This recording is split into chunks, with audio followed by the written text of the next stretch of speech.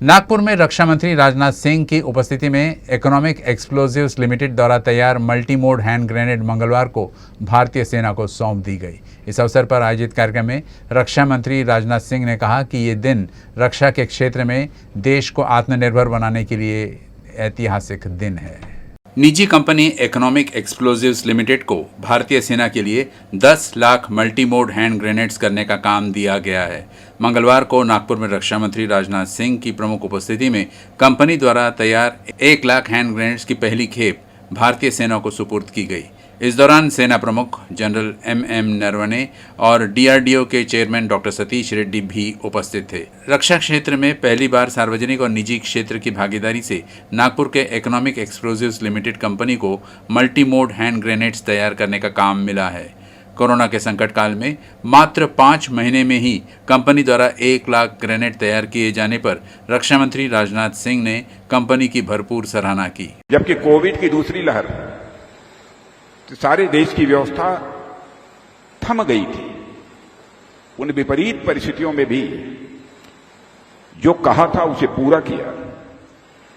जबकि सामान्यतः लोग कहते कुछ हैं और करते कुछ हैं, और क्राइसिस ऑफ क्रेडिबिलिटी, विश्वास का संकट सचमुच एक बहुत बड़ा संकट होता है।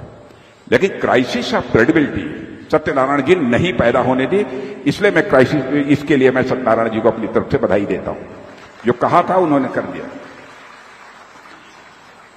और साथ ही मुझे विश्वास है कि अगला लाट 1 लाख तो अभी इसी समय दे रहे हैं, अगला लाट भी और तेजी के साथ डेवलप करेंगे। इसे 5 महीने में पूरा किया है तो इसे और जल्दी पूरा करेंगे, मेरा ये पूरा विश्वास है। और मैं मानता हूं कि रक्षा क्षेत्र के लिए, डिफेंस सेक्टर के लिए यह एक हिस्टोरिकल डे है, ऐतिहासिक दिन है। इस रूप में मैं इसे देखता हूं,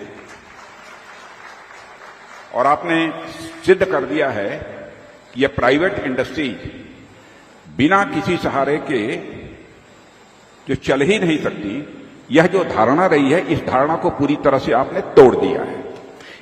किसी भी प्रकार का कोई सहयोग नहीं मिला, फिर भी आपने जो वादा किया था उस वादे को पूरा किया।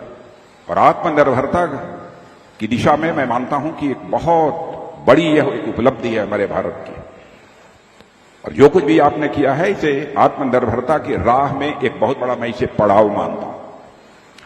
और मित्रों, रक्षा क्षेत्र में पिछले कुछ वर्षों में हो रहे बदलाव